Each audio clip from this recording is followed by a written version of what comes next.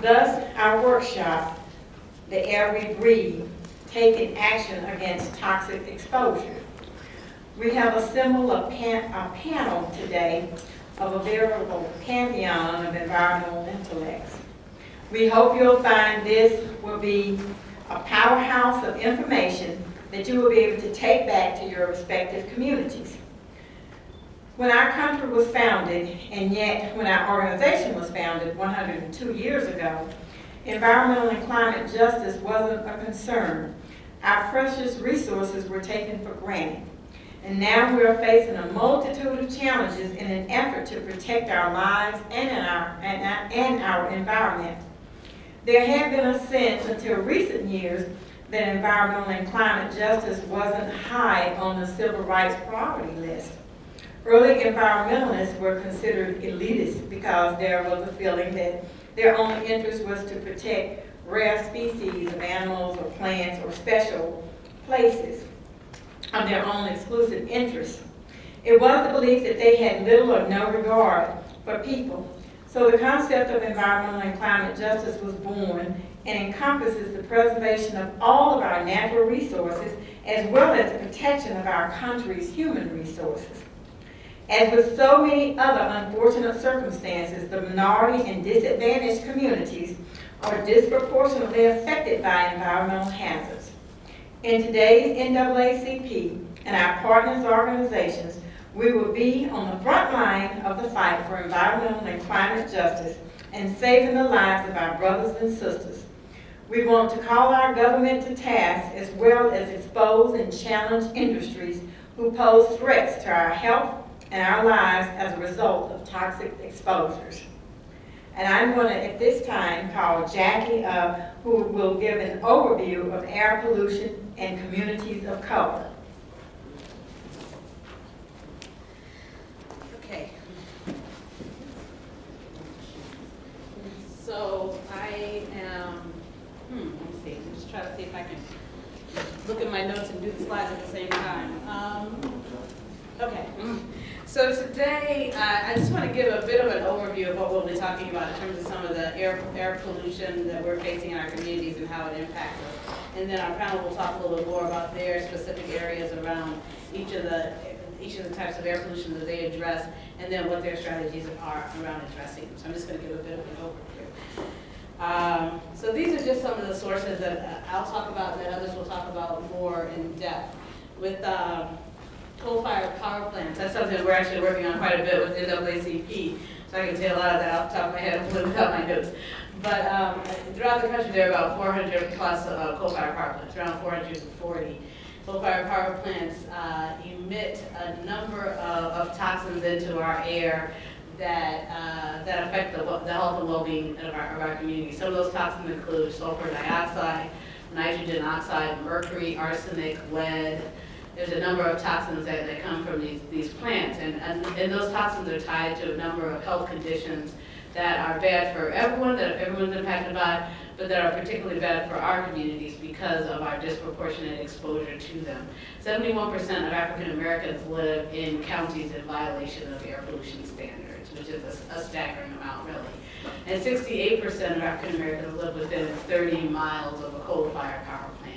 So again, I mean, 68% of us at least are breathing in this mercury, this lead, this arsenic, sulfur dioxide, and nitrogen oxide. Those toxins are tied to such health conditions as asthma. And again, this is important because our communities are, in our community, some of the, sorry, did this go off? Can you hear me? No. Yes, okay. So some of the statistics around asthma are that we are twice as likely to, well, 3 times as likely to actually enter into an ER or into hospital due to asthma attacks. We are twice as likely to die from asthma. And we also have higher rates of lung disease, even though we have lower smoking rates. So there's a number of different ways that we begin to see how the exposures to these toxins are affecting us disproportionately. You can't absolutely make a direct tie, but you can definitely make some suppositions around it, particularly since there are some studies, like the Harvard School of Public Health studied the population around 2 of the plants in Chicago, the Fisk and Crawford plants, and found that in those areas there were extremely high rates of hospital admissions, deaths due to asthma and so forth. And they were able to tie that to the emissions from the Fisk and Crawford coal-fired power plant. Incinerators, which we'll hear a lot more from Ananda Lee Tan about, and also from Lee Tushton. And so and again, I'm actually kind of deep in the woods on coal-fired power plants. Can't speak as clearly about incinerators, but there are a number of types of incinerators. There's medical waste incinerators, wood mass incinerators, poultry litter incinerators. There are all these types of incinerators, and each of them comes with different types of hazards from the emissions that come from them. And again, they'll go into a lot more details about what those are like. Cement plants, they're each of these are disproportionately located in our community. So when we talk about the toxins from them, we have to really keep in mind that we are the ones who are breathing these toxins in and suffering the effects from them. Even going back to the coal-fired power plants, and I think even the cement plants, that mercury also comes from both of these types of plants. And mercury affects birth outcomes. And when we look at it causes birth defects, and I think that some of the studies are still developing around that, but we do know that it is tied to birth defects. And we, not only in terms of breathing the air that has the emissions from the mercury emissions, but also there's the issue of it getting into the water supply from it getting into the streams. And we, as African Americans, actually disproportionately are subsistence fishers. So we fish for our meals, basically. And so when we talk about these, there's actually a picture that I have that I didn't include in this presentation. I wish that I had, but it's of we were visiting a coal-fired power plant in Detroit. And at that coal-fired power plant, there were a number of different industries all in that same area, and there were communities that were living right there. And there are a picture of two gentlemen who were just right before, in between one plant and another plant, and they were there fishing straight out of that water. There's a huge coal mine, there's stuff billowing out of the water, into the air, and there they are fishing and about to consume that and feed that to their families. So these are the kind of things, the images that we see in our communities because we're trying to survive. And we're forced to do these types of things. And we like fish, so I love fish as well. So, but unfortunately, in some cases, it's actually killing us or at least making us very sick. Traffic pollution, and again, because of our location in urban areas and because of the way traffic, some of these highways are zoned and so forth, we're disproportionately exposed to traffic pollution from trucks that emit diesel emissions that also disproportionately affect our health. So this is just a statistics from the American Lung Association. They claim that running in a heavily polluted city like Houston is the equivalent of smoking a pack of cigarettes a day. So again, that's what the air quality is like in a city like Houston. This is the picture of the Cesar Chavez High School in Houston. And it's from Juan Paras with the organization called, what is Juan's organization, Ananda? SWOOP? Exactly, Southwest Workers Union. And this high school, is a predominantly Latino and African American high school. It's right in front of this oil refinery. That black stuff is what these kids are breathing every day. And there's 5 other oil refineries that are running in close distance. And when they talk about running in a place like Houston, you see this is a field where people are running constantly. And this is what they're breathing in from these different oil refineries and so forth. So again, I gave you the statistics on African Americans. I just want to talk for a couple of minutes about the extended impacts. This is one of the people, I went around and did a teach-in on coal-fired power plants, and one of the folks came in late. They had taken their son to the hospital that morning because of his asthma. He lives within a mile of one of the coal-fired power plants we were targeting in that very presentation. They came from the hospital with this list of medicines that he had to take and that bag of medicines that he was taking every day. They also shared with us this picture. That's him on the side, Antoine, and that's some child playing in the fountain. And they felt like this was kind of a metaphor on his life, always watching but never able to indulge, whether it's in school because he's out of school so much, whether it's kids playing, whether it's even being able to go outside because of poor air quality. And so they really wanted to share this picture to kind of say that this tells the story of Antoine's life, always looking on and never being able to play. And when we look at some of the other issues that NAACP deals with, like the school and prison pipeline, and we look at the issues of the fact that if when we talk about emissions, another emission that comes from these coal-fired power plants is lead, which affects learning, which affects attention. And we, in our work around school to prison pipeline, have talked about the fact that if you're not performing a grade level by the 3rd grade, the likelihood of you entering into to the criminal justice system, it's actually been statistically tied. If you're not on grade level by the 3rd grade, your likelihood is larger. So when we have kids who aren't able to go to school enough because of these illnesses, who aren't able to learn in school because of their exposures, you know, what are the possibilities for those kids? What kind of future is being stunted because of these issues? And then I spoke before about some of the poor reported birth outcome issues because of exposure and ingestion of mercury. So I just wanted to kind of give that opening in terms of some of the issues we're dealing with, how it's impacted, and then we'll hear a lot more about what people are doing about it, and we'll hopefully end on a more positive note with that. So thank you all. So I'm going to introduce the first speaker,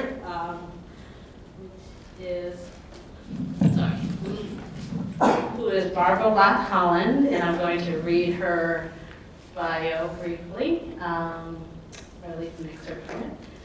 Actually, no, it's a good one. Okay, so Barbara Locke Holland is an organizer for the Labor Community Strategy Center and Bus Riders Union, and is the Bus Riders Union co-chair. The Bus Riders Union has been recognized nationally for its historic civil rights consent decree and signature creative tactics over the past 22 years. The Bus Riders Union has become the country's largest grassroots mass transit advocacy organization. An active member since 1996, Ms. Locke Holland is the chair of the monthly membership meeting and elected member of the Bus Riders Union Planning Committee and sits on the Community Rights Steering Committee. In addition to her work with the Bus Riders Union, Barbara was also a delegate to the UN World Conference on Sustainable Development in 2001. Barbara represented the Labor Community Strategy Center at the U.S. Social Forums in 2007 and 2010.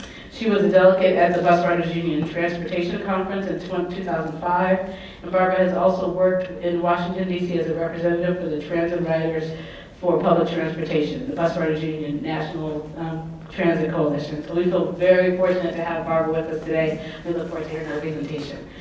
Let me put it up, and then you can do the slides.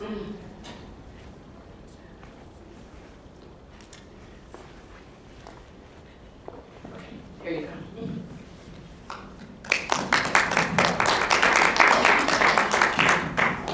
Good afternoon, everyone. Welcome to Los Angeles, for those of you that do not live here. Unfortunately, we are considered the car capital of this country, sadly. Okay, well, I guess I'm going to have to hold this.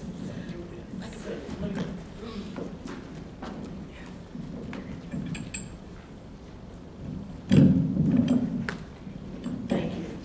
So as this slide is opening up, it's saying clean air, clean lawn, clean buses. And this is from this has a historical background for us. As Jackie mentioned, I am a part of the Labor Community Strategy Center, which is a think tank, action tank, and it has been around for 22 years. The Bus Riders Union, which is one of its, well, it is its flagship project, has been around for 15 years. We have the Bus Riders Union, which we are known mostly for, as she said, fighting for a first-class bus system. We have our Community Rights Campaign, which is also fighting to break the school-to-prison pipeline. Right now here in Los Angeles, we are fighting to decriminalize our Black and brown students in the public school system and trying to do away with a municipal code, 4504, that criminalizes our youth for being late to school. Not that they didn't get there, but they were late. Tickets starting at $250. We also have our public transit riders for public transportation, which is fighting for more funds to be put into mass transportation, trying to flip that flip the bill for the Highway Surface Transportation Act, which is now at $500 billion. It's 80% for highways and construction and 20% for mass transit. We also have our Clean Lawns, Clean Air, Clean Buses campaign, which is the one that I'm going to speak to you on today. As I said, we are part of the Labor Community Strategy Center, and climate and climate justice has been one of our issues for some time. We started working with Wilmington trying to get rid of the Texaco plants that was there. That was a really big project, and of course we have families that homes were there, and the struggle, we first got our introduction as to how it is trying to fight big business. So, and from that, we started the Bus Riders Union, which was an environmental justice campaign to win a first-class transit system. And as we say, if you have a transit system that works and gets the poor and people of low income where they need to go, everyone benefits from it. And that is the way that we look at all our projects. We start with the neediest, and understanding that if we fight for the neediest, everyone benefits from that.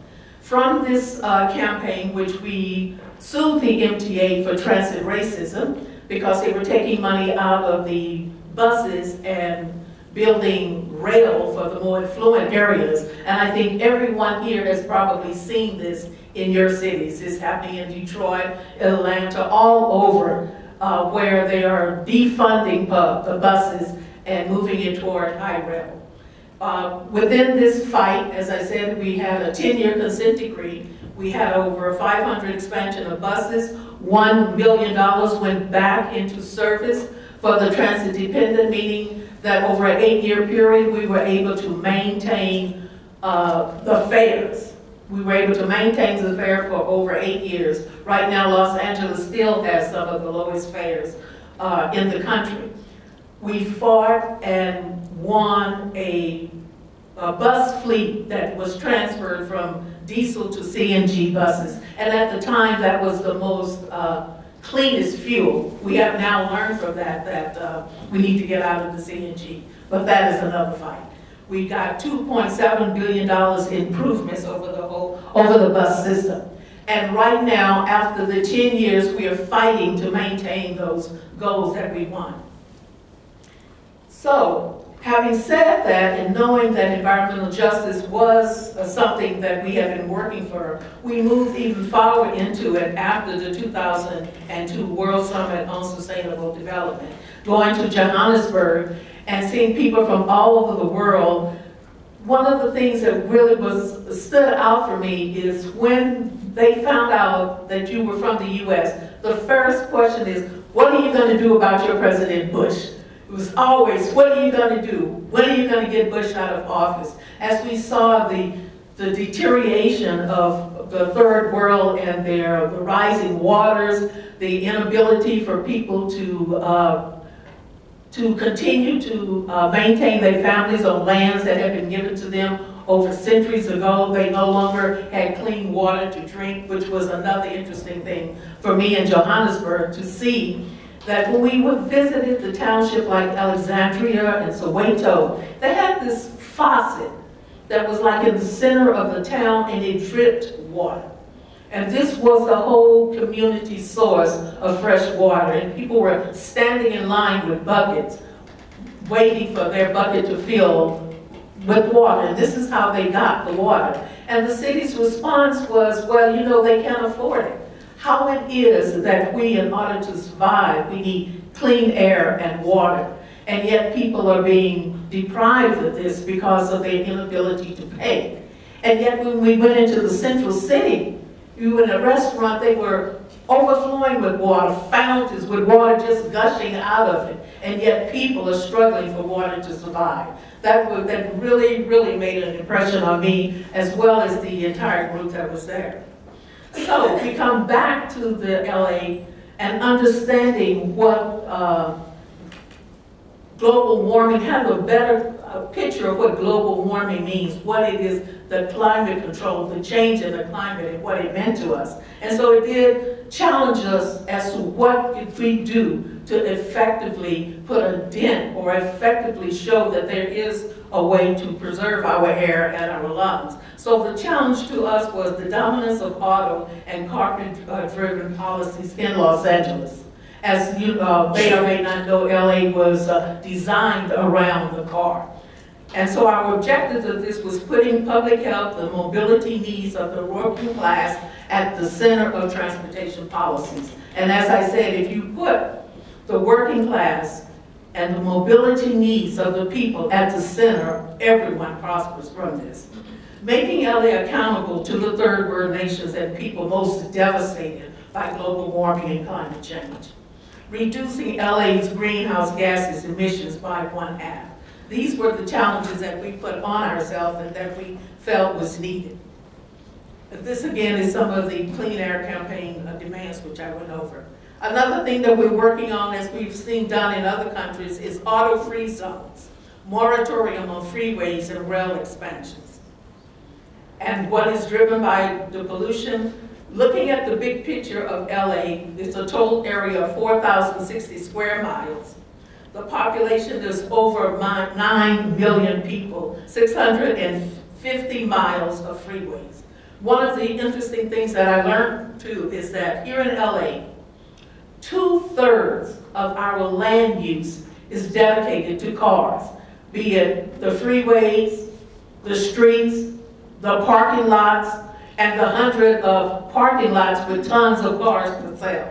That to me was really, really interesting. I'm gonna skip this for time. And so this picture here depicts what's actually our lungs look like every time we breathe the air here in Los Angeles. And I'm sure it can be seen from other places as well. Our lungs are full with the emissions from cars. And one of the things that was interesting to me, a lot of people talk about lung disease and what happens to your lungs, but also congestive heart failure can also be contributed through the pollution in the air. So our Black and brown communities, as has been mentioned, is more likely to die from asthma.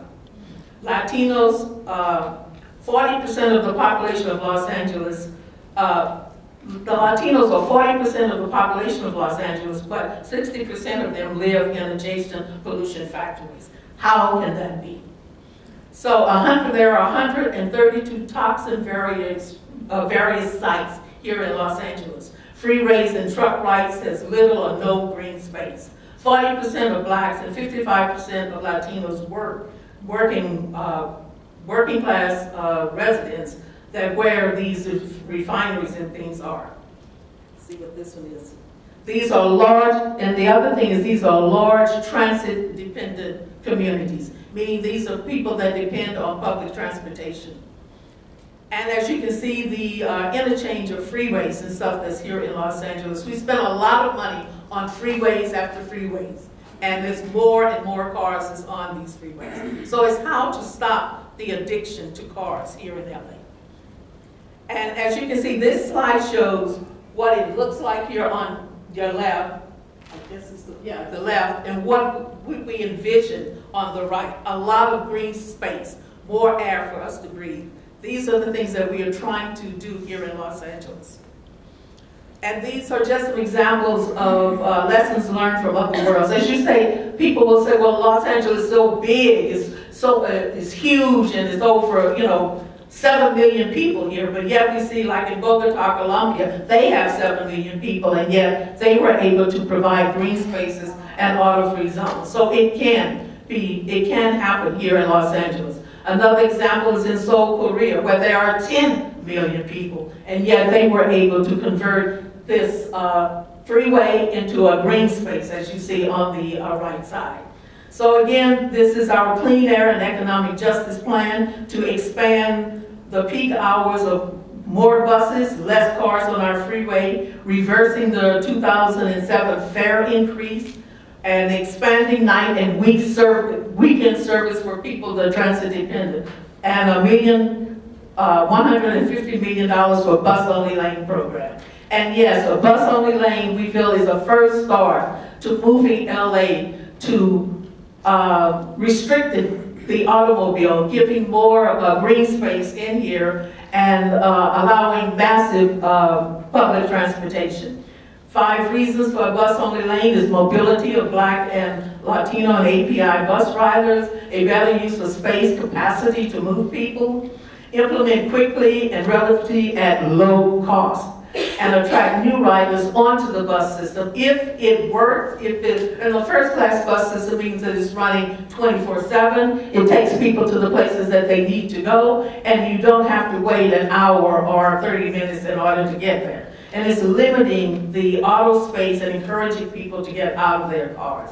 So I'm going to move forward, and I want to end this slide with saying we do have a victory. We have received $23 million from the federal government to create our first bus-only lane in Los Angeles, and we're hoping that will be in reality in the year 2013. Thank you.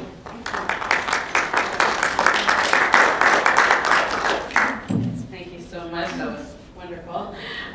So we're going to go on to our next speaker, who is Lee Touchton.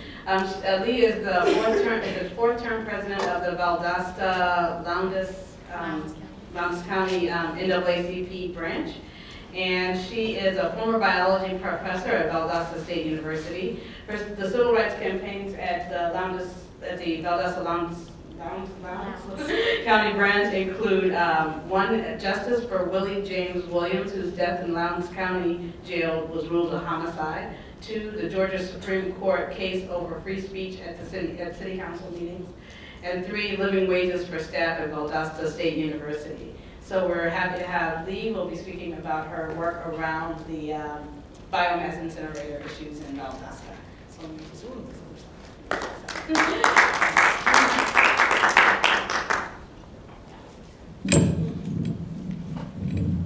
Thank you. It's an honor to be here. I'm going to come around front if I can.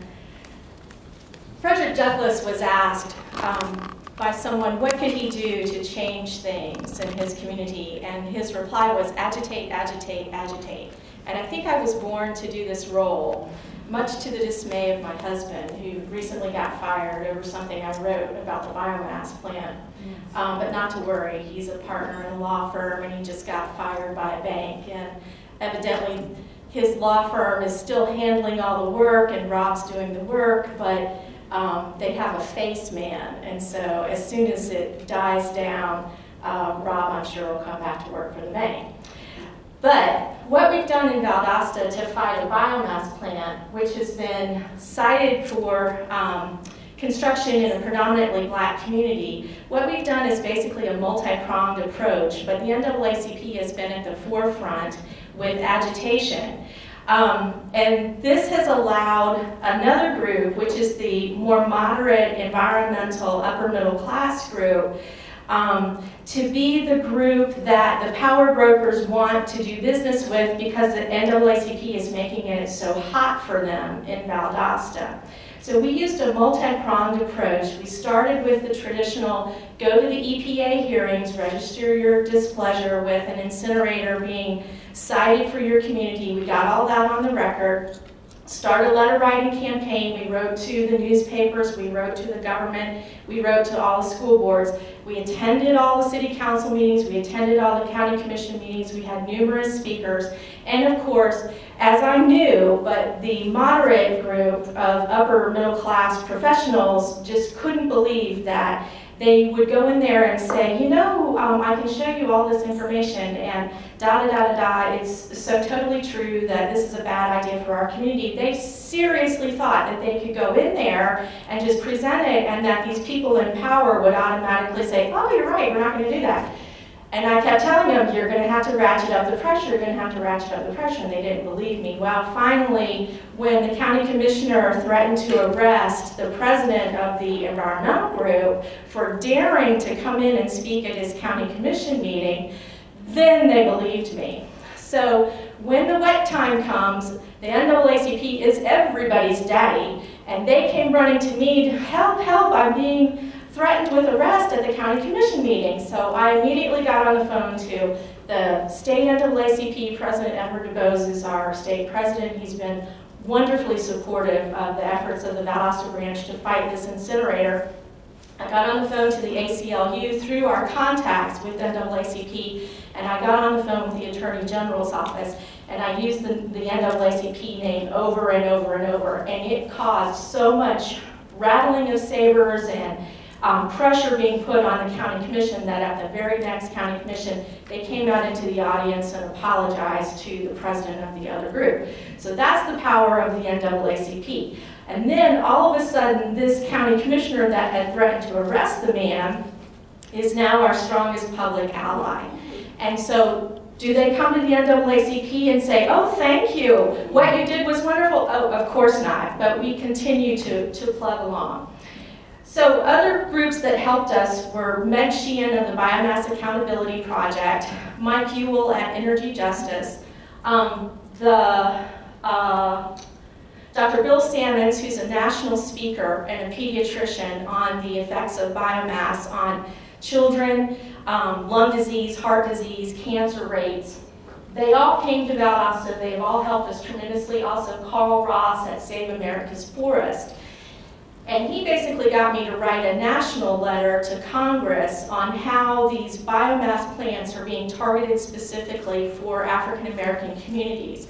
In Georgia, 75% of them are targeted for communities of color, and they're not always communities that are lower income. In Valdosta, it is the richest black community that's been targeted, the richest and the oldest where the most black professionals live and work.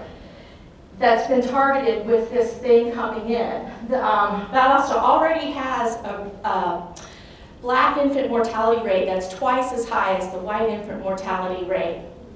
And according to Dr. Sammons and other health professionals, these biomass incinerators are one of the leading causes of asthma, as well as cancer, stroke, heart disease, and other problems.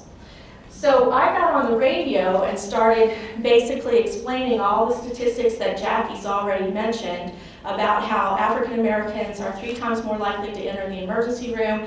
African American males, I believe, are twice as likely to die from asthma as white males, and said these things over and over and over on our local radio station. Went in and advocated and agitated at all of our county commission and city council meetings, wrote letters, and was shocked to find that most of the politicians, regardless of expertise from the American Heart Association, the American Lung Association, numerous high-powered doctors and medical associations, regardless of all that information, what they would tell me point blank was, well, the EPA said it was okay, so it can't be bad. So we went to the EPA over and over and over, and we asked for help because this was a clear sign of environmental racism and that they needed to do something, At one of these EPA hearings, I met Dr. Robert Bullard at Clark Atlanta University.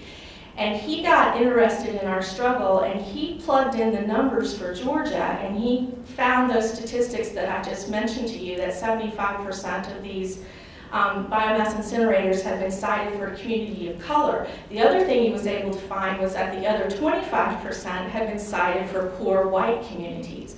And so then we went back to all these politicians, and I had this wonderful paper from Dr. Robert Bullard. And the black politicians in town may not know much about climate justice or environmental justice, but they recognized Clark Atlanta University and they recognized Robert Bullard. And when I came back to them with that, suddenly it changed overnight and they became one of our allies. We also had an experience where the environmental group went to the Georgia Sierra Club and asked for some help in the form of a letter and couldn't get anywhere. And then I approached Georgia Sierra Club and asked for some help and basically got stonewalled. So finally, the National Sierra Club had a national forum and people were allowed to put their comments. And I said, look, I'm the president of the Valdosta NAACP, and I came to you to ask for help regarding an environmental justice situation. And I got stonewalled. In fact, the person told me that they were all volunteers and that I should hire an attorney. And I was like, well, what do you think we are? We're all volunteers. So I wrote this very strongly worded letter, and literally within days, we got a letter from Georgia Sierra, which we were able to share with the Valdosta newspaper and with all of the politicians. And so this carried weight with the, let's say, the middle-class white professionals who were saying, oh, NAACP, they're just a bunch of agitators. Well, all of a sudden, here's like the national most respected environmental group on our side, and then they said, okay, we've got to work with them. So basically, we think we have ended it. The only thing that's left is to put the final nail in the coffin that this thing is going to go out with a whimper, not with a bang. They're never going to admit that we had any success in this. They're just basically going to say it was market forces that did away with it. We were instrumental in getting rid of the executive director of the Industrial Authority. Unfortunately, if there's anybody here from Myrtle Beach, South Carolina, that's where he went.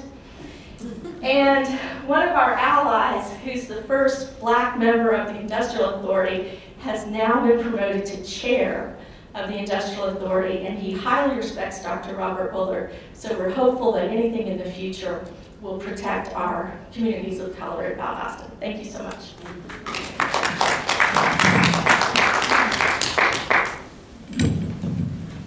Great, thank you so much. So next, we're going to hear from Ananda Tan, and I'm going to quickly read his bio to you. So Ananda Tan was born in Calcutta, West Bengal, India.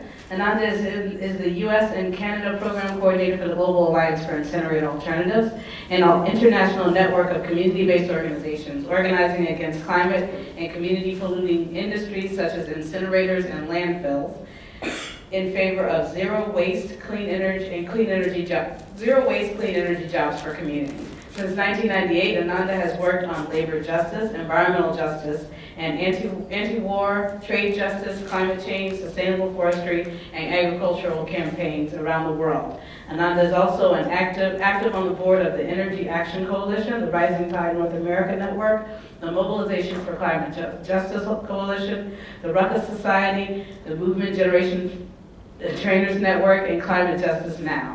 Over the last couple of years, Ananda has been helping convene a national climate justice alignment process for social and environmental justice groups with the aim of building a grassroots movement for community-led climate and energy justice in the U.S. Ananda lives in the East Bay, California, with his wife and son. So, thank you. Thanks, Jackie. Ladies and gentlemen, thank you for having me here to share some of our stories. Thank you, Jackie, for organizing this gathering. I wanted to use my time here to talk a bit about not just the injustices on communities of color and working class communities in North America, but really about how these same communities, I refer to them as frontline communities, are leading the fight against climate and community pollution. In fact, when we look at the last few years, these communities have been responsible for stopping a vast array, a huge amount of pollution, both climate pollution like carbon dioxide and greenhouse gases, but also toxins, dioxins, and all kinds of air pollutants from being, facilities from being sited in their communities. I make that distinction because just as we think of these communities as being fence line or impacted, it's also important to recognize that they're on the front lines of the fight against this industrial pollution. They're oftentimes leading that fight. And it's our job to support them, empower them as they determine is appropriate. The Global Alliance for Incinerator Alternatives, we are a network of community-based groups and allied groups around the world. We came together 10 years ago when a number of communities found that they had common cause in fighting waste incinerators from being built in their communities. We work to stop these incinerators and other forms of incinerators, tire incinerators, biomass incinerators. I believe both Jackie and Lee mentioned a number of them, in favor of community-based solutions like zero waste. Zero waste is essentially recycling, composting, reusing materials locally so that we don't have to extract and produce and waste more materials and create those jobs locally. We work towards zero waste, environmental justice for these communities, and also labor justice, keeping jobs local, and so that huge expensive facilities aren't built which are largely employ people from outside these communities. We work with a basic set of principles, and I think this is core to a lot of the success I was talking about earlier, how these community-based groups do succeed in fighting industrial pollution. Primarily, we, as a network, we try to respect local wisdom and priorities. We're not top-down, we're very much a network so we provide support, research, coordination, facilitation, but it's really the community leaders that determine what they want, how they want to campaign against a particular industrial facility. We are decentralized, like I mentioned earlier. We have a handful of coordinators like myself around the world in different regions, Africa, Asia, Latin America, Europe. We're very low on staff, but we're very rich in the diversity of our membership and in our local leadership. And that's really critical towards our success. We work on the premise that mutual aid really builds alignment. So rather than me running around trying to support the 200 community groups that are part of our North American network, I try to find neighbors that can help. I try to connect communities to communities where they live nearby each other, and I should say a number of the members here on the panel have been very helpful in connecting NAACP chapters and other environmental justice groups with our members over the years, and really making sure that the fights are solidified at a local and regional level. We seek community solutions, not expensive solutions. When I say community solutions, I refer to solutions that are affordable, that are accessible, that can employ local people and have long-term community resilience in mind.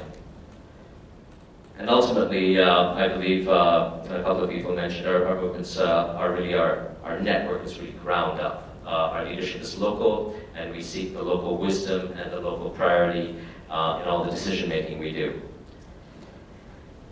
Globally in our network, we've been working for a number of years with waste workers. Many of you are familiar with the history of the waste worker movements here in the US, and how critical to a lot of the civil rights movement, the organizing of workers in the waste sector were. Internationally, there's over 20 million waste workers who sort, recycle society's discards. These are some of the poorest workers in the world. Today, many of them are organized. We have waste worker associations from Africa, Asia, Latin America, that we are helping to facilitate their coming together at important conventions like the UN Climate Conference, where they can tell the leaders of the world that their services actually protect our planet and our children. And so they need to be compensated for those essential climate and environmental services, for the work they do. Here in the US, we do similar work with the International Brotherhood of Teamsters, who represent about 30,000 workers in the waste sector, trying to unionize waste and recycling sector jobs and create more. I'll talk a bit about that later.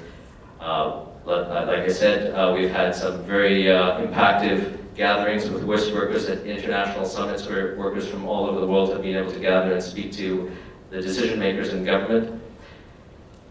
Back here in the US, my work involves coordinating, like I said, about 200 member community groups around the US and Canada who are fighting incinerator proposals with zero waste solutions. A bit about the history, some of you who were around and active back in the 80s and 90s remember there was a huge surge of incinerator proposals. Over 400 incinerators were proposed for the US alone. More than 300 of them were defeated by community groups. 100 were built predominantly in people of color communities, indigenous communities, and working class communities. Of those 100, there's 87 remaining standing today, again, largely in African American, Latino, and indigenous communities, and in poor white communities in the Deep South. And those are the communities we're trying to support today in shutting down some of those old facilities. While these old facilities remain, every week there's a whole slew of new proposals. And actually, this Google map shows in the last 4 months some of the proposals that have just popped up. Incinerator companies just, where they're kicked out of one community, they move to the next one, usually seeking people of color communities where there's hasn't been much word about incineration and waste options, and where they seek out political champions amongst local decision makers. Where we've been successful is that locally organizing and raising awareness, getting neighboring communities to support them, we've been able to force a lot of the local decision makers to overrule these proposals. In the last since September, we've actually shut down, effectively stopped 19 incinerators and 2 coal power plants, and the world's largest incinerator in Detroit, which I'll mention briefly later. Incineration, as mentioned earlier, like landfill sites and a number of other toxic facilities, is a critical core environmental justice issue. Incinerators are the largest industrial source of dioxins around the world. They're a huge source of a range of heavy metals and poisons, and particulate matter. I'll make a brief mention of particulate matter because this is the one pollution, a toxin that evades the latest pollution control devices. They say here in California up to 20,000 people, deaths can be attributed to industrial particulate matter, a number of which comes from a range of different combustion facilities like incinerators. It's also worth mentioning, Dr. Bullitt was mentioned earlier. He did a study a few years ago called Toxic Waste and Race in 20, looking at, in a 20-year time frame from 1987 to 2007, what had really changed. And today, the findings of this report that today, the likelihood of a landfill site or an incinerator or another toxic waste facility being sited in a community of color, an African American or Latino community or an indigenous community, is significantly higher than it was 20 years ago. So that's what we're up against today, and that's where a lot of what we really need to do is really support these communities in establishing and demanding their rights. It's worth noting that incineration is one of the most climate polluting forms of energy. Contrary to a lot of industry greenwash, incineration is actually more carbon intensive. That is, it produces more carbon dioxide per unit of electricity than coal.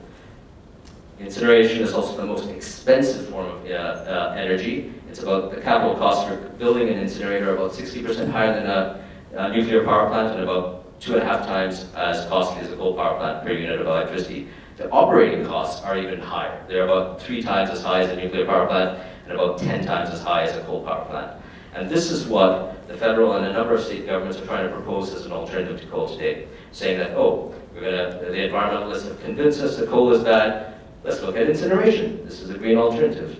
And that's where we find that despite all the risk we've highlighted with these incinerators and public health and its impacts in communities and exposing all the poisons and economic downfalls, the incinerator industry has persisted and keeps coming back with new proposals.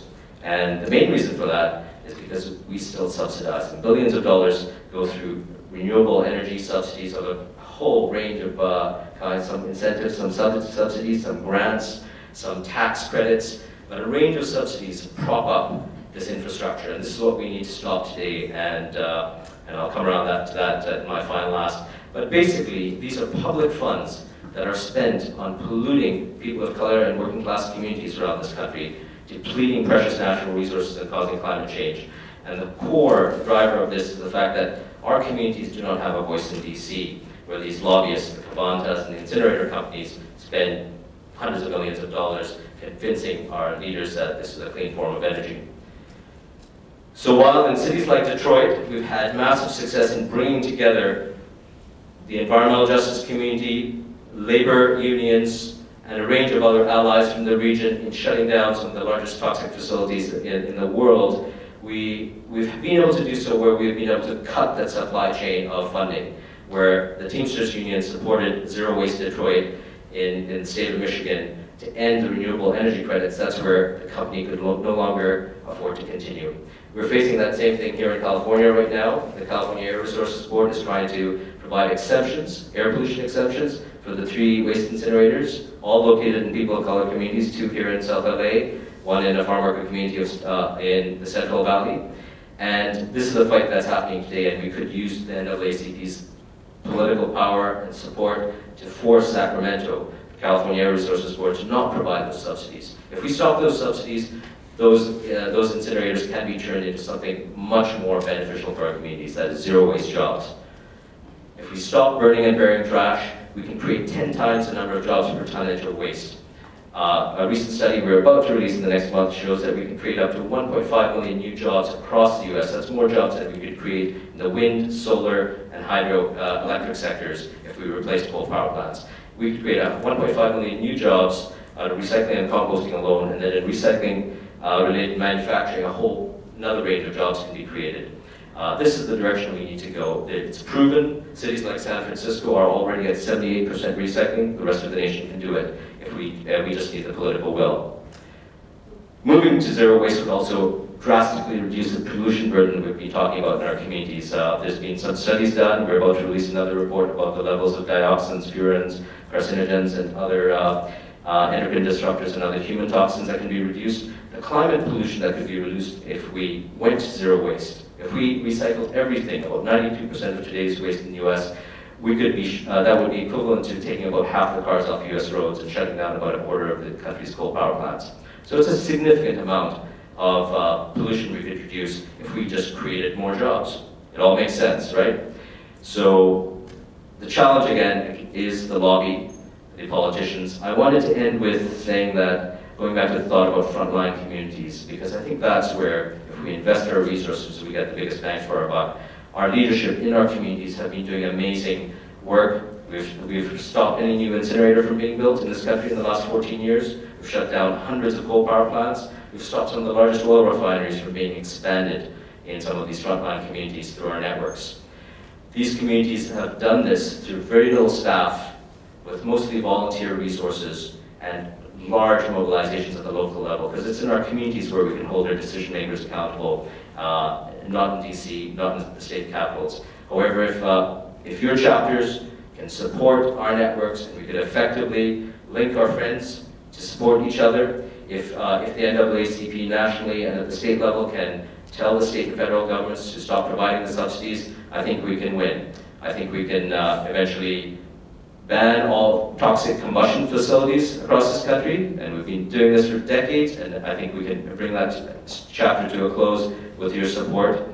I would ask those of you in LA to consider supporting the local groups who are fighting the 2 incinerators. There's actually 2 more incinerators being proposed for LA right now, so we definitely need the city of LA to stop those proposals from moving through. We need to stop the subsidies in California, and we need to stop the subsidies in DC. So please join us in doing so. Thank you.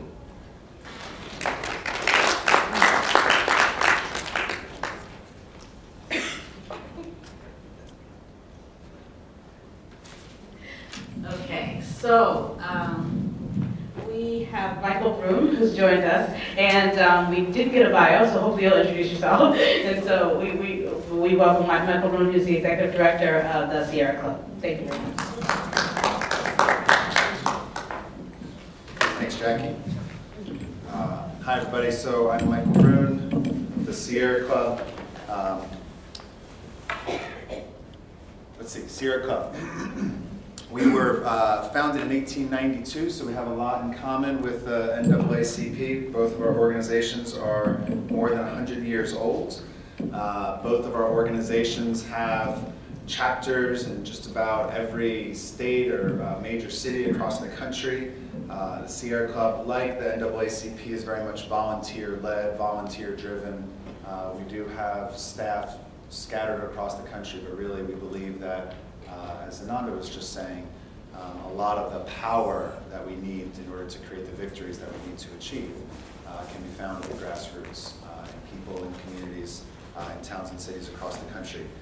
Before I go on, I just want to say that I'm really thrilled to be here. Growing up, I grew up in New Jersey, and I've studied a lot about nonviolent direct action and grassroots activism.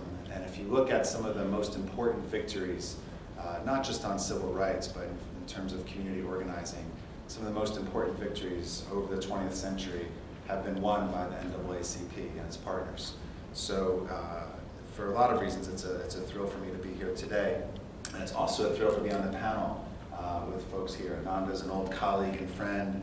The Bus Riders Union, when I was at Greenpeace and Rainforest Action Network, we studied models of your organizing. So it's great to be standing on the other end of the table as you.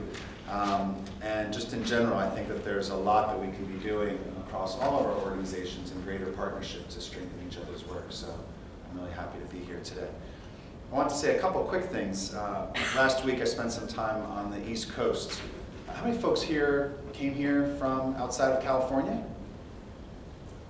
All right, a lot of people. How many folks are from California? Born here? Okay, a couple folks. And those, how about folks who are here in California but were born and raised somewhere else? Okay, so I was born in New Jersey, came out here about 15 years ago. I live in California now with my wife and our kids in the northern part of the state. And I was traveling in New York and Washington, D.C. last week, and was reminded of two things. The first is that it's hot. It is hot on the East Coast. Those of you who live in California, those of us who live in California, it's a little warm here. But when you go back east, oh my It's just crazy. And the only time I think that guys have a fashion disadvantage is in the summertime. Because if you're on the East Coast and if you have to wear something formal, it's 100 degrees, it's humid, you gotta wear a long sleeve shirt buttoned up all the way up to the top, then you wear a jacket over it, you wear a tie on it, and it's just insanely hot.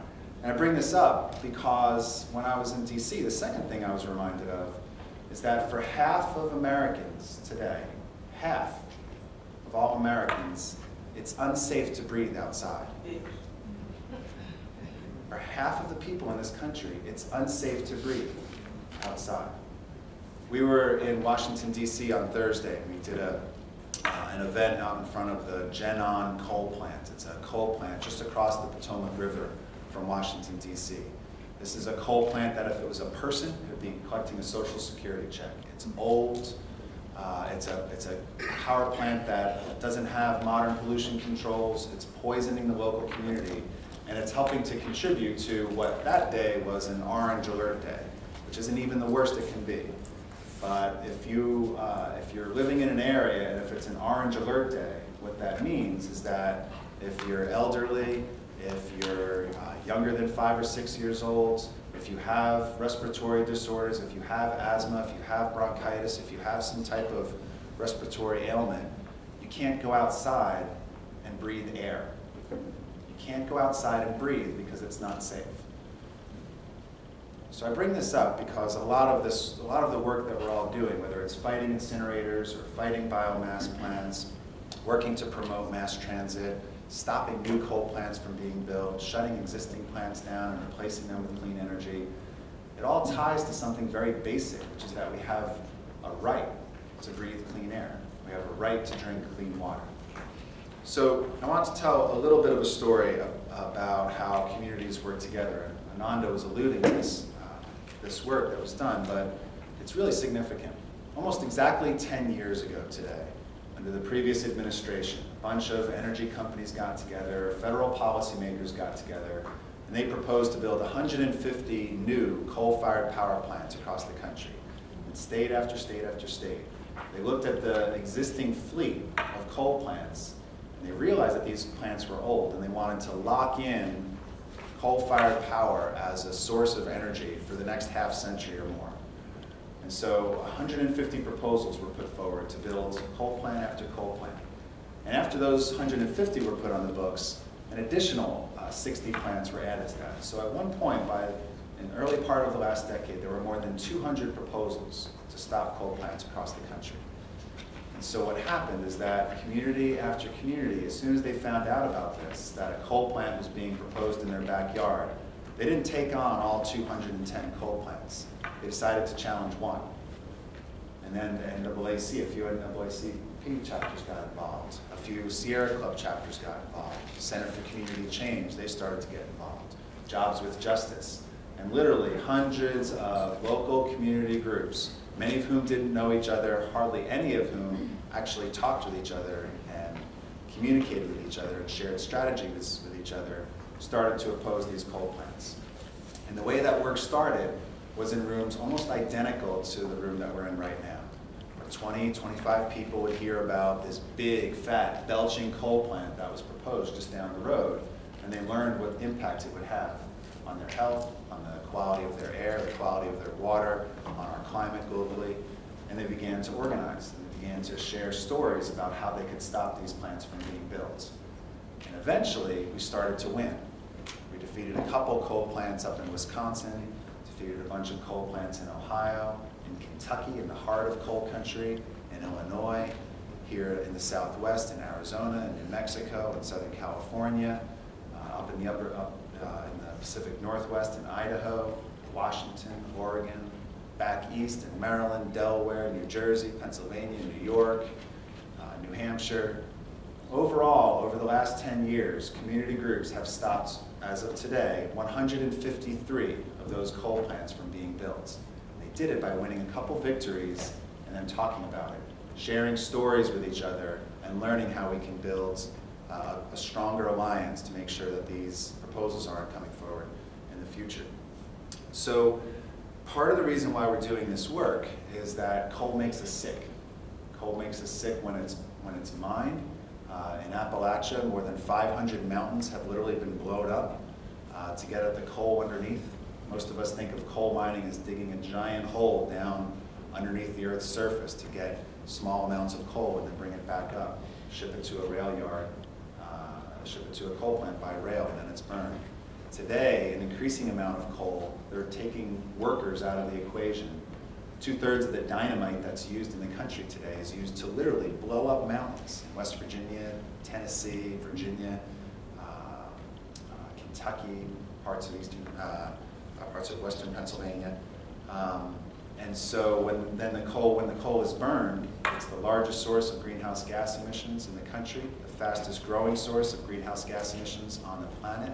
It's the largest source of mercury poisoning, which is a poison that harms the brains of young children and affects the health of mothers and fathers. Coal, just the soot coming from coal-fired power plants kills 13,000 Americans every year. Think about that. We know every year that 13,000 people are going to die prematurely because of pollution from coal-fired power plants. That'll happen this year, that'll happen next year, it'll happen the following year, unless we do something about it. So now all of these groups that have stopped the coal rush and have worked together to prevent 153 coal plants from being built are looking at the existing plants and working to shut them down and replace them with clean energy. We're working all across the country, and our goal is to retire at least 1/3 of the coal plants in the country over the next 5 years and to replace them with clean energy. And when we do that, we're going to make room for clean energy to come in its place. Bigger investments in energy efficiency that will put people to work. It'll grow the economy, it'll create jobs, and improve public health at the same time. We're working with the EPA to make sure that a series of rules to limit mercury and arsenic and dioxins happens aggressively across the country. EPA issued a rule just a couple weeks ago called the Cross-State Air Pollution Rule, which is a technical term meaning for states that don't even have coal plants, they're still being polluted from states that are upwind because the pollution travels across state borders. So making sure that EPA continues to protect our public health, but then once the law is established, that utilities are held accountable to that law, and they're held accountable to the Clean Air Act and Clean Water Act. So from the top down, we're going to sue every single utility that isn't following the law, but from the grassroots up, we're going to make sure that every single utility executive, every single coal executive is held accountable for the fact that they're continuing to pollute our air. So the final thing I want to say, because I'm just getting the notice that there's not much time left, is to thank you all for coming and to thank you for your activism. It is true that grassroots organizing produces victories. It was grassroots organizing, I think, that in Georgia got the Sierra Club to sign that letter. Next time, just give me a call. And it's grassroots organizing that stopped 153 coal plants from being built. It's the grassroots organizing that stopped 19 incinerators just in less than 12 months.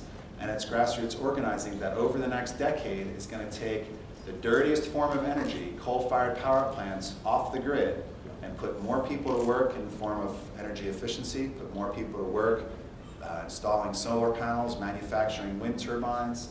It'll grow our economy at the same time that it improves our public health. And the NAACP, I'm really excited about working more closely with you all at the national level and locally, because it's the NAACP that helped to produce some of the most inspiring victories, not just in the last century, but over the last couple of years. And I think it's the NAA that I think certainly can help to produce some of the biggest victories in the next couple of decades. So thanks everybody for coming.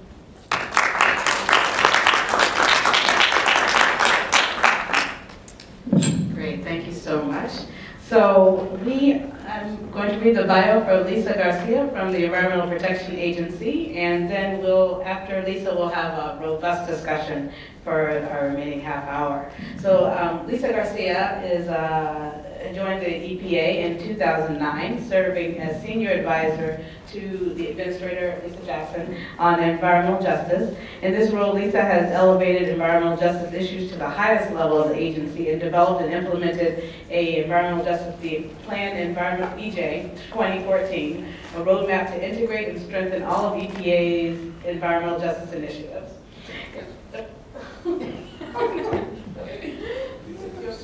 Okay, so here she is.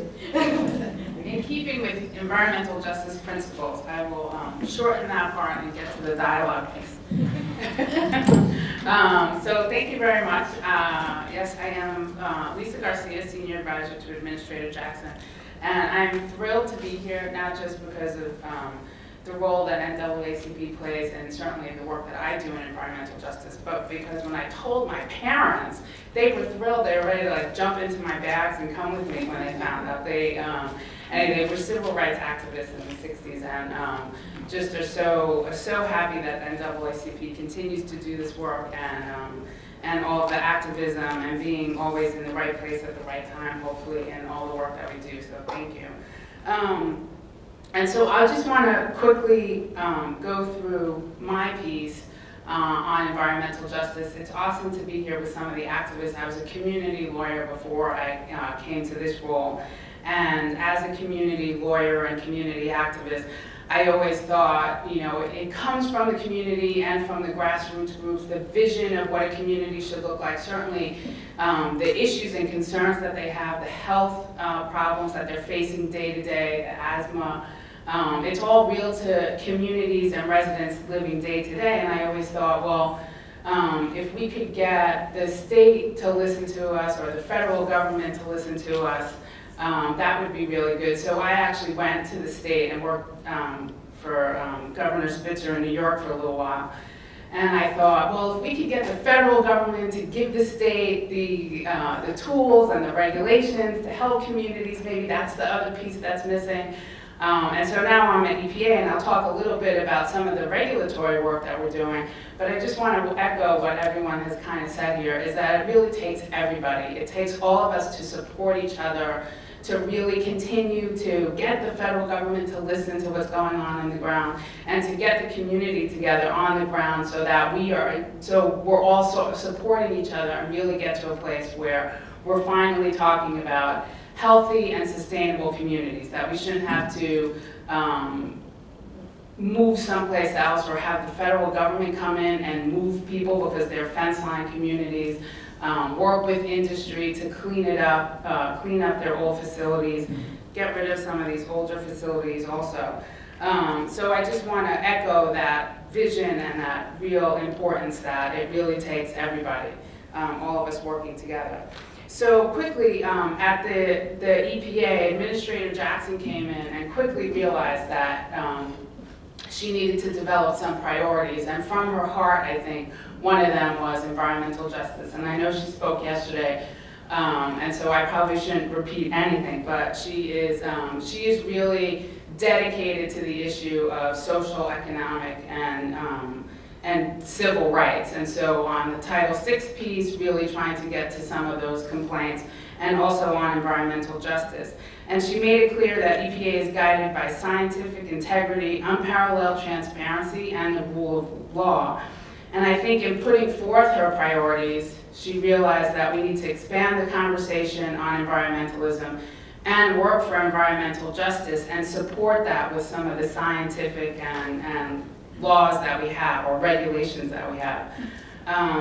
One of the first things she did, working with all of us, is bring together the interagency working group again under the executive order on environmental justice that was passed back in 1994. There was an interagency working group that was started, and for about 10 years, nothing really happened. But when the administrator came in, she realized that we are hearing from communities across the board. It's not just about the environment, it's also about our housing, it's also about our transportation, it's about small businesses, it's about the economic problems that we have. So in September of 2010, she reconvened the interagency working group along with Nancy Sutley from the Council on Environmental Quality. And they held the first White House Forum on Environmental Justice, invited about 150 advocates and representatives from around the country. And it was very much in a room like this, and we had 6 cabinet members come and speak to some of the advocates and representatives to talk about what the issues are today. So what does environmental justice look like in the 21st century? And then after that, the promise was to go around, so I don't know what community or where you live, but we've been going out with the other agencies to communities to have roundtables and listening sessions on what are some of the issues communities are facing. And I think it's important, you know, some people get frustrated, well, we had a listening session 10 years ago and, you know, no one listened. I think that now it's still really important for us to educate each other, to have that information exchange, and for people in the agencies, the federal government, to figure out how their programs really impact communities. For instance, the Department of Homeland Security at first said, well, we're not sure what environmental justice means for us. And then when we started talking about FEMA or the Coast Guard, of course with the BP spill, very apparent, it all of a sudden, when you start to talk to communities, what they're living through, it begins to highlight what it is that other agencies can do for communities. So that's one of the things that we're doing. And then internally, we realized that EPA really needs some good tools and guidance on how to integrate environmental justice into everything that they're doing. So we created this plan, EJ 2014. It's a plan, it's a roadmap moving forward to integrate environmental justice into everything. And 2014 marks the 20th anniversary of the executive order. So it's a roadmap to hopefully be able to celebrate that environmental justice has become just another thing that we do at EPA. It's not in some office over there or some checkbox that you kind of click off. So we're looking forward to working to integrate environmental justice review in rulemaking. So when you issue a rule, how does that play out in a community? And permitting, very big for communities. When you're issuing a permit, how do you look at a community holistically? What are some of the cumulative impacts? Mike was talking about enforcement, compliance, enforcement of the regulations and those permits. How are we ensuring that we're getting out and maybe targeting certain communities that have not been at the table, that we haven't heard of? And so those are some of the things that we're doing. And then to get to some of the climate justice issues that we're working with, I think for purposes of the federal government, CEQ and NOAA, the National Oceanic Atmospheric Administration, under the Department of Commerce. So once again, you bring the Department of Commerce and they say, I don't know what we're supposed to do on EJ. But they're heading climate adaptation for basically this administration and bringing them along to talk about climate justice. That if you look at some of the waterfronts, where coastal erosion is happening, where storm surges are, where flooding is happening, a lot of times the first community to be hit is one that maybe has a lot of industry on the waterfront, and then the community behind it is low income or minority. For some of the flooding plains, a lot of the tribal populations, and if you overlay some of those communities where you may see storm surges with some of our toxic release inventory data, so where the toxics are, where industry is, you'll see that a lot of times they're right on that waterfront, and if there's a flood or surge or any other problem, I guess, with big storms, you know, wind or anything else, what happens to those underground storage tanks that have gallons of oil in it? What happens to some of the machinery, and how does that impact the community? And of course, the flip side of that is the resiliency of the community. So where's the resources to be able to either adapt to that changing coastline? Like in Alaska, a lot of the native Alaskans are dealing with just coastal erosion, and they have to move their towns. But it's not, they don't have the resources to move their school.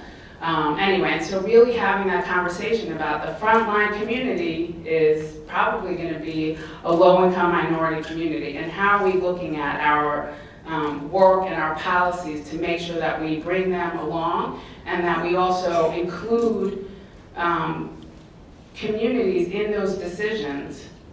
You know, like how are they going to get out? How are they going to deal with the adaptation thing? So then quickly, I'll just go through some of the rules and regulations. I think that for me, sometimes it's a little difficult because I was a community active, so I want to get to that one incinerator in Albany. But EPA has to deal with all of the United States and the US Virgin Islands. And so I realized that it's really important for us to talk about regulations. So Michael mentioned the cross-state air rule. Sorry, the cross-state air pollution rule. which affects 27 states and focuses on NOx and SOx. Jackie mentioned that, and obviously the health disparities that we have in minority and low-income communities from that. The other rule is the mercury and air toxic standard. It's the first time EPA has ever put out a rule on mercury, which affects children and women, and so many of our communities. And so it's a big, it's a pretty big standard that went forward, and it significantly cut mercury, arsenic, and many other toxic metals. And then just quickly on greenhouse gas reporting, we issued a rule to make sure that all the states are reporting on their greenhouse gases, and so that's another big rule that came out. So like I said, for some communities it's difficult to see where EPA helps and where they come in because, you know, we're used to standing there with the signs in front of the one facility. But I think, once again, it's really important to have that partnership to support each other, that these rules on mercury, we're going out with the ozone rules and PM, particulate matter, which is so huge, that we really continue to support each other because hopefully it'll all begin to really reduce those impacts and bring about benefits in the communities that need it most. So thank you for having me, and I guess we'll open it up and I'm open for questions.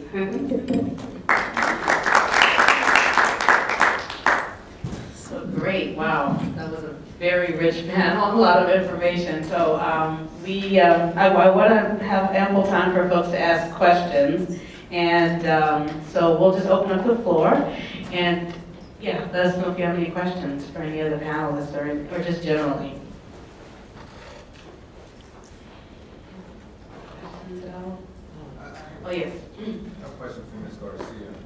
You just talked about helping to move communities further along in the whole process.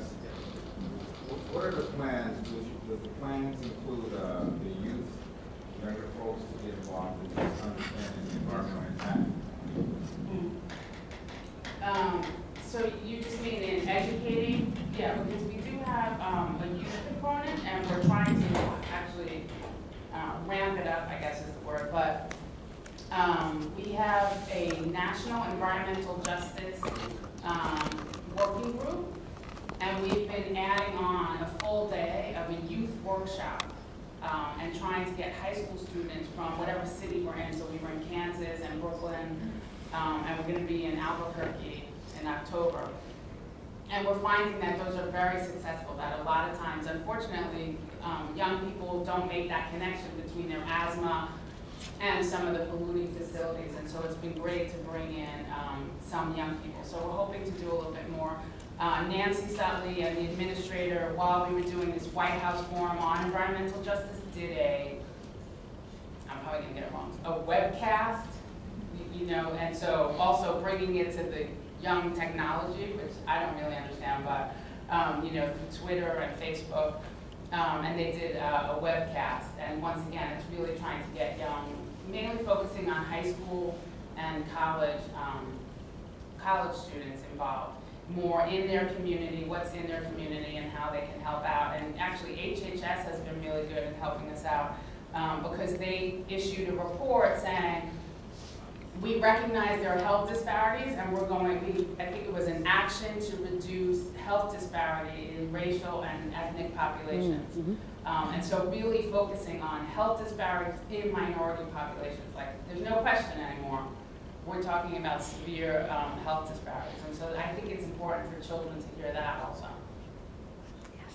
One of the things that I'm finding is that by the time we try to educate the community as to the disparities and what's happening and that type of thing, the folk who have been perpetuating the problem, it's gone on for so long, and they are continuing to do what they're doing, and you're here trying to say, hey, wait a minute, this is happening, and the rules and the regulations and all of the timelines have passed.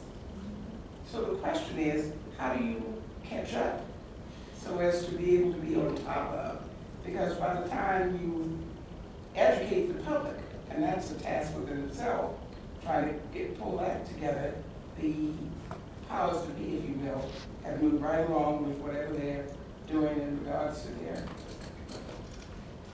continuing to pollute and continuing to do what they're doing. So one of the that's a very interesting thing. We oftentimes come up with that question whenever we get calls from community members. We were just speaking to a community in DeKalb County, Georgia, who have a biomass incinerator proposal that has been permitted by the county commissioner. And these three amazing, courageous women, they're all volunteers. Two of them are grandmothers. They've banded together and now are organizing their community. They've recalled their county commissioners for being industry pawns, are contacting the media, are launching a civil rights campaign. Again, it's amazing what community groups can do. We found of those 19 proposals that were defeated, at least half of them were already permitted. So they were moving ahead. And despite the regular rules and regulations, the fact that government isn't always on side or local decision makers may be in the pocket of industry, community groups have successfully organized and turned, just in Springfield, Massachusetts, another environmental justice community that has a waste incinerator, they just completely switched the vote around in their local office because they organized all the local businesses, all the local community organizations, the youth groups, the campuses, they all turned up, and the city hall couldn't say no to when their people came banging on their door. Is that documented someplace so that other communities can be encouraged and they can use that as a springboard? I think like what Mike was saying, we through our websites, we try to share these stories, and that's really, we don't have full-time web staff, but what I simply do is take news clippings and ask people to write up their pieces and post it to our site whenever I can. Can I just add something to that? I agree with Ananda that definitely the best way to get out ahead of it is to stop new projects from being built if they're going to add to the burden of local communities. But I think that some of the work that's being done primarily by EPA, but also some state agencies on existing facilities, things that have been there for a long time, that are established, as you say, is quite important.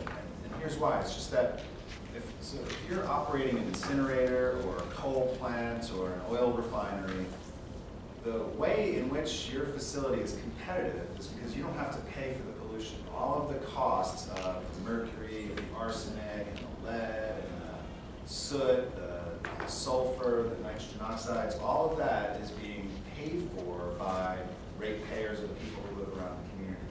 Before I was talking about the cost in human lives. 13,000 people die because of soot coming from coal plants every year. The economic cost of that, according to the Clean Air Task Force, is $100 billion annually. That's more than we pay in tobacco-related healthcare costs, right? So just from the soot. So when EPA finalizes a rule, as it will do in November, on mercury and arsenic, what that will do is it will force coal plants, just for this particular instance, to clean up their facilities, or to partially clean up some of their facilities. And so when that happens, what that means is that increasingly wind becomes more competitive, and energy efficiency becomes more competitive, and solar becomes more competitive. When you take all of the rules that EPA is currently working on, soot and smog, the ozone rule that will be finalized this year, the cross-state air pollution rule, all of these things collectively, what will be happening is that the impact will be quite significant. And we're already seeing, in terms of energy production, the cost of wind has come down by 90% over the last 10 years. The cost of PV solar panels has come down by 50% in 2 years. So what we have is that clean energy is getting cheaper, dirty energy is getting more expensive. And so the way to get at these old facilities is to hold them to modern standards. Other questions? And one thing, when we got started, it was so basic. We went to the computer and typed in how to fight a biomass incinerator, and all these local community groups popped up because everybody now creates a website when they're fighting one of these things. And we cobbled together all the best ideas. We plagiarized what they did, and we went out and tried everything. And the recall election was next on our list. We're also lucky because we have 5 politicians up for election this November, and they have finally turned their public presentation on this matter more toward an environmental perspective because they realize they're vulnerable, and the vast majority of our community is now against this thing. Do you want to go? My name's Ed Adler, and I'm from Alexandria, Virginia, right next to the in airplane, and last year I filed a suit in state courts to bring the city council decision-making process to stop a particular matter from coming into the environment. I was in court 45 minutes and I got tossed out because I didn't have any standing, said the judge. So I've appealed that to the Supreme Court, and the case is now pending. Under a theory that the Civil Rights Act of 1866 applies, and that there's a disproportionate impact on the black community, which I live in. 1/3 of our people in Alexander are African American and or Latino, and the other, there's about 16% that describe themselves as mixed, so who knows.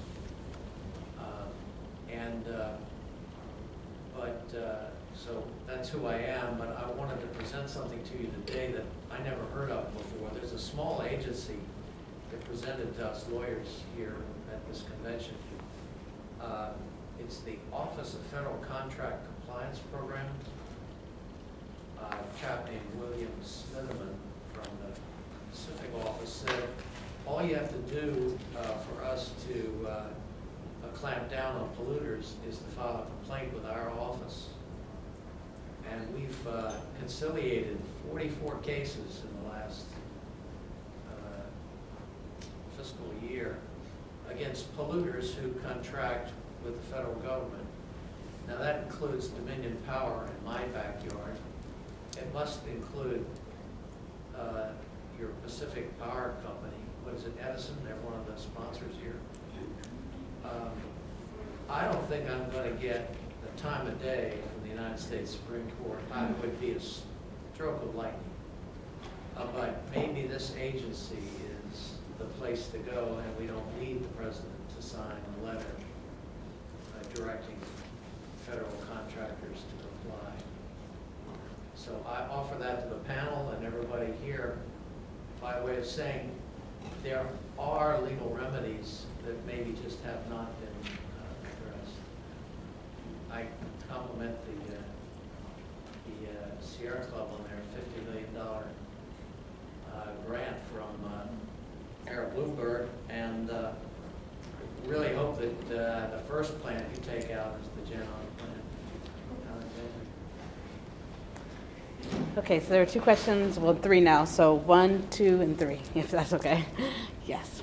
Yeah, my name is Sandra May Flowers. I just became the first African American student government president at Hostess College in the Bronx. And what has disheartened me is that in the Bronx is the most unhealthiest borough in New York. So I was wondering if, and I know that they have the highest asthma rate, so I was wondering if, is it because they have a lot of those plants there? What is the reason that they have that high asthma rate? I can answer that. They have 23 waste transfer stations. They have Hunts Point, which has, 500 trucks a day in and out. They are basically barricaded in by the Major Deacon, the Bruckner, the Cross Bronx, right? I mean, I think it's just a classic environmental justice community. They're completely cut off from the waterfront. But there's actually a lot of community groups that I've worked with in the past and still do that are trying to take back the waterfront. We fought a power plant, or in my past life, we stopped a power plant with some of the community groups, and it was on waterfront property. And so there's a few groups that are trying to clean up the waterfront to bring access and to bring some of the healthier, all those healthy, sustainable principles, so you have a walkable, livable city. And I think that some of the work that Mayor Bloomberg's office is doing is trying to reduce some of the impacts through the tree planting and changing over some of the buses to natural gas. So I just think that it's a community that has the typical legacy issues of many environmental justice communities. And through community activism, they're really changing the footprint and the look of the waterfront and some of the industry. There's like a rebuilders recycling facility there now that is trying to recycle instead of just throw out some of the garbage they're recycling. You know what I'm talking about?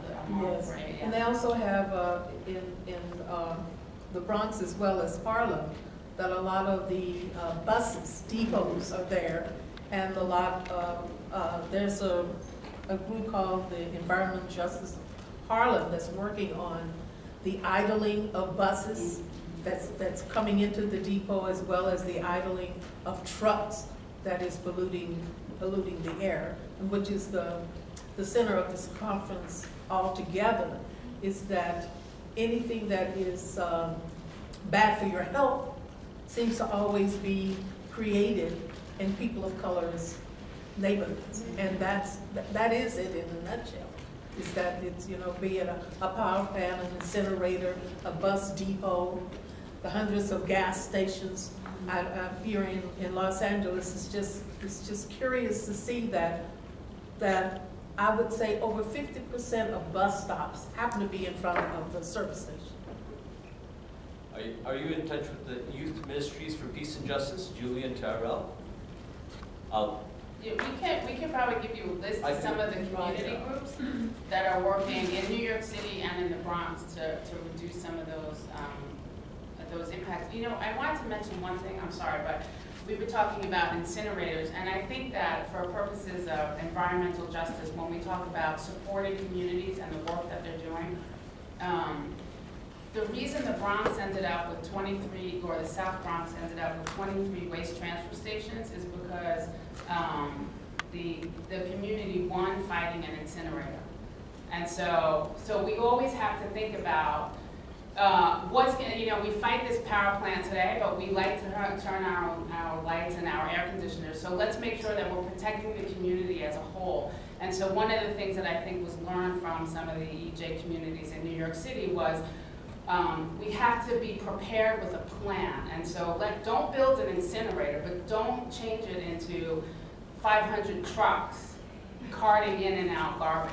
And so what's the plan for recycling or for alternatives? And anyway, so I just think it's a good example of how communities come together and really think about what their community is going to look like, how they're going to recycle, how they're going to build green jobs and be a cleaner community. So I just wanted to mention.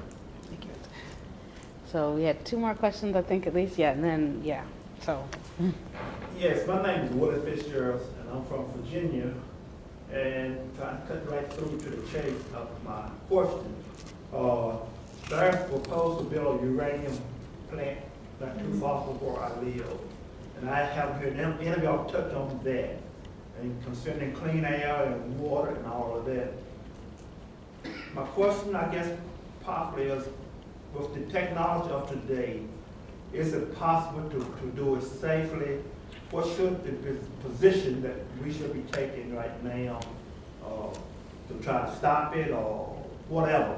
Whatever information you can give me.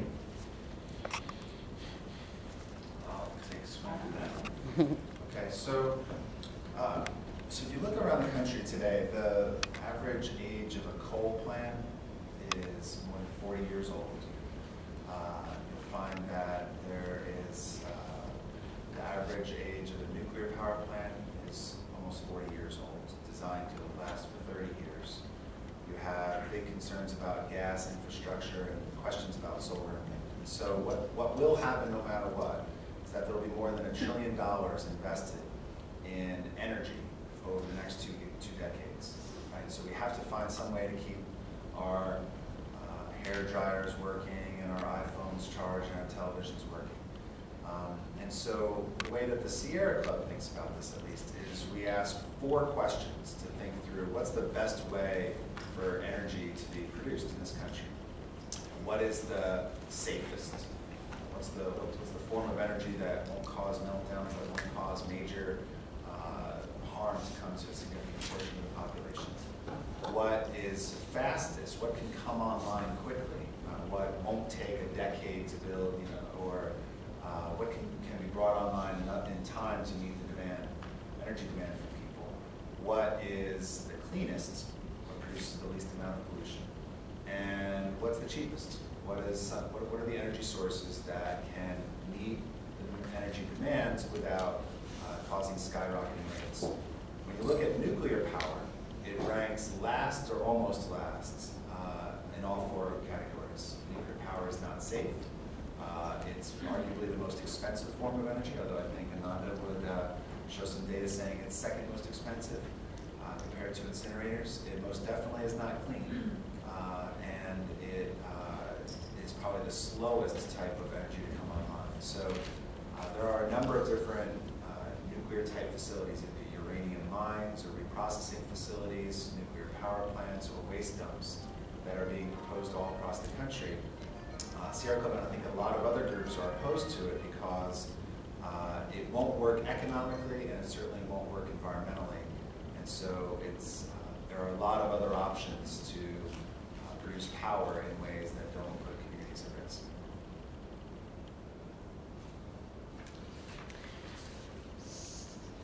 Okay.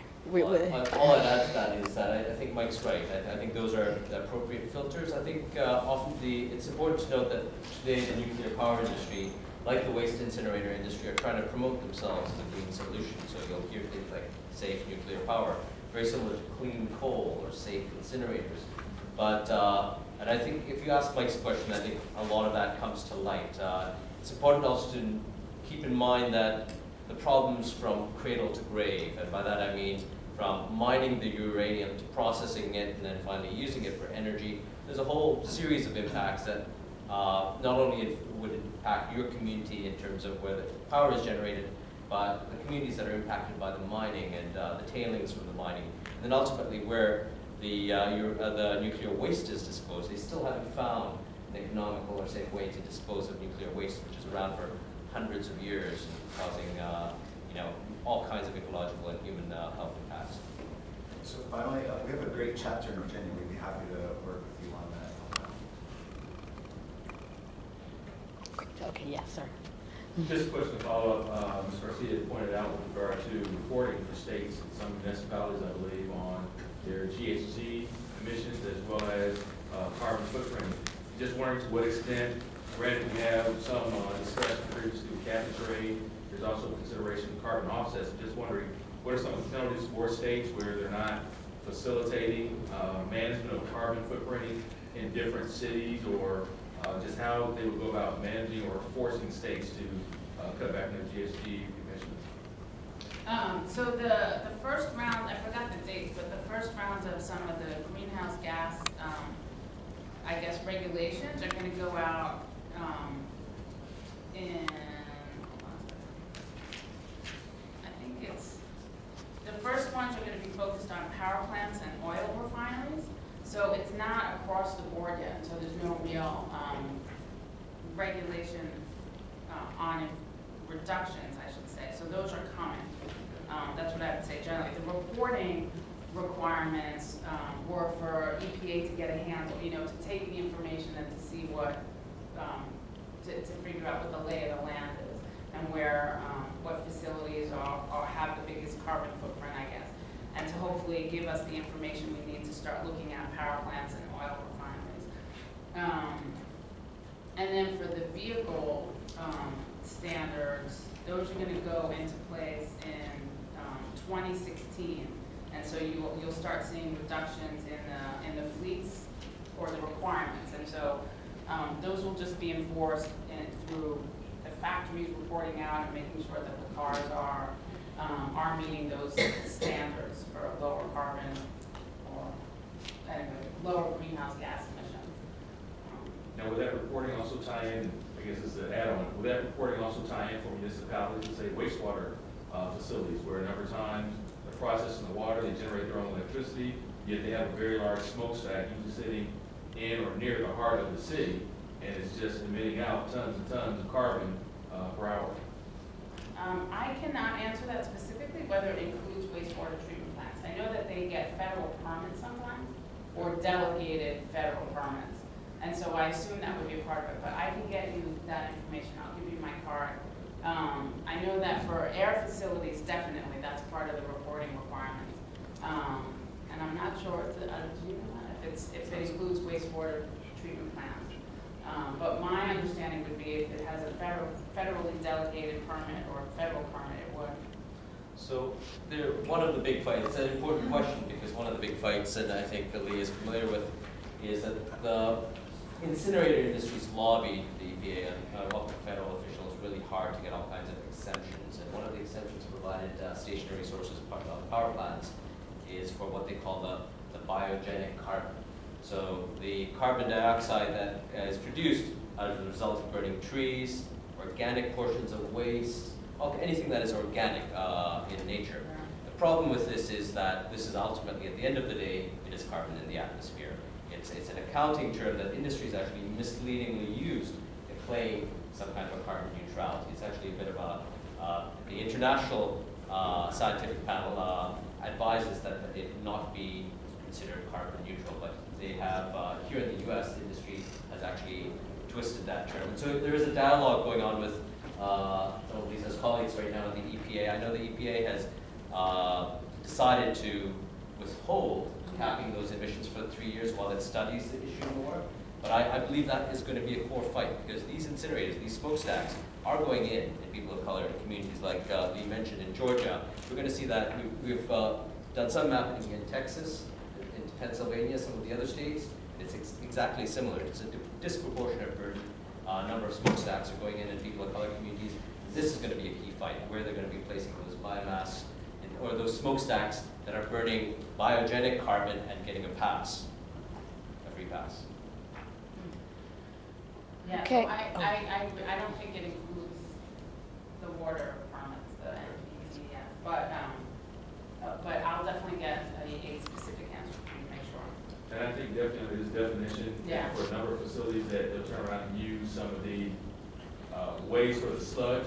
They'll take the sludge and heat it up, then it becomes the biogenic carbon. And so they go ahead and use it, assuming that's under pass. But the strange thing, in some aspect, they'll take that residue, identify it, mix it with iron dioxide, and at that point it becomes a fertilizer that they'll sell. So they're at one point getting money and generating it off that, then the other side not paying or avoiding penalties. So they give the best of both worlds. I want to piggyback on what you said. In Georgia, there virtually are no regulations for burning animal waste or human waste. And what the plant wanted to do in our situation was they wanted to take human sludge from our wastewater treatment plant and burn it. And our city fathers were saying, this is a great idea because we have to pay so much money to landfill it, but they were also treating it to an extent that it could be used as fertilizer on pecan fields, not on vegetables or things that people would eat directly. And so we had to go in and show them. I mean, it was astounding to me that the people who were promoting this plant would come in and say, we meet all of the permits. And then we had to go in and show them that there virtually are no permits for this kind of thing. It's almost untested, and we didn't want to be the testing ground to see how this would do. And once you take that and put it into, vaporize it basically, you use a tremendous amount of water, and Georgia's been in drought situations for 10 years now. Use a tremendous amount of water, and the heavy metals, the drugs, lots of the nasty chemicals in that waste go into the atmosphere, and then it falls just like mercury, and then we all have to deal with that. And so these are all educated professional people that we were dealing with, and we would go in and I would literally be astounded that they had not thought of any of this, and that what the industry person came and told them, they just bought that hook, line, and sinker and went home at the end of the day with it. So we just have to, I wanted to speak to the gentleman that asked about the nuclear plant that was being considered. Sometimes in a fight you have to use agitational propaganda to get your word across, and just thinking of if they want to build the plant in your neighborhood, just some agitational, like, okay, we take the plant, and you recycle the waste and put the waste over in the other neighborhood and see when the NIMBYs come out. You know, they want it, but not in their backyard. So why can't we split the risk? And then they don't want any risk at all. It's just thinking of things when you are going out into the public to cause the public at large to really think about what it is they're asking for. Because when they advertise it, they advertise these things as something clean, something new that's going to give you more energy at a less cost, and try to tell you that it's saving the environment. But one of the things is whatever they produce, or however they produce it, no matter what it is, there is going to be a waste product from that. So just a little agitational, you can think of others, but something that makes them think as well as your community think as well as how to fight back. And to reply, if I may, this group of uranium site is already in a predominant white community. Everything will be in the white predominant community. So it's not a black-white issue, I don't think. But the real point is, and I honestly believe this, that based on the government and whatever, it's going to happen unless some powerful group come in and stop it. What action can we, or what things should we be putting in place to safeguard our community once it does take place? Again, starting from regardless of whose community is in, it's a bad thing. Secondly, whatever it is that you do for the least oppressed will help everyone. So when you're thinking about that, your whole point is not to have it built or even to shut it down. So what counter-hegemonic things can you put out there that makes the people realize this is a bad thing overall? It should not be in anyone's neighborhood. So regardless of whether it's the rich or the poor, the black or the white, this is something that is totally detrimental to the planet. And it has to be exposed that way. And that's what I'm saying. Whatever it is to flip the script, or flip the thinking of what are we thinking about when we're doing this? How much catastrophe does it happen? Or even things just simple, not simple, but things such as, okay, we have this plan.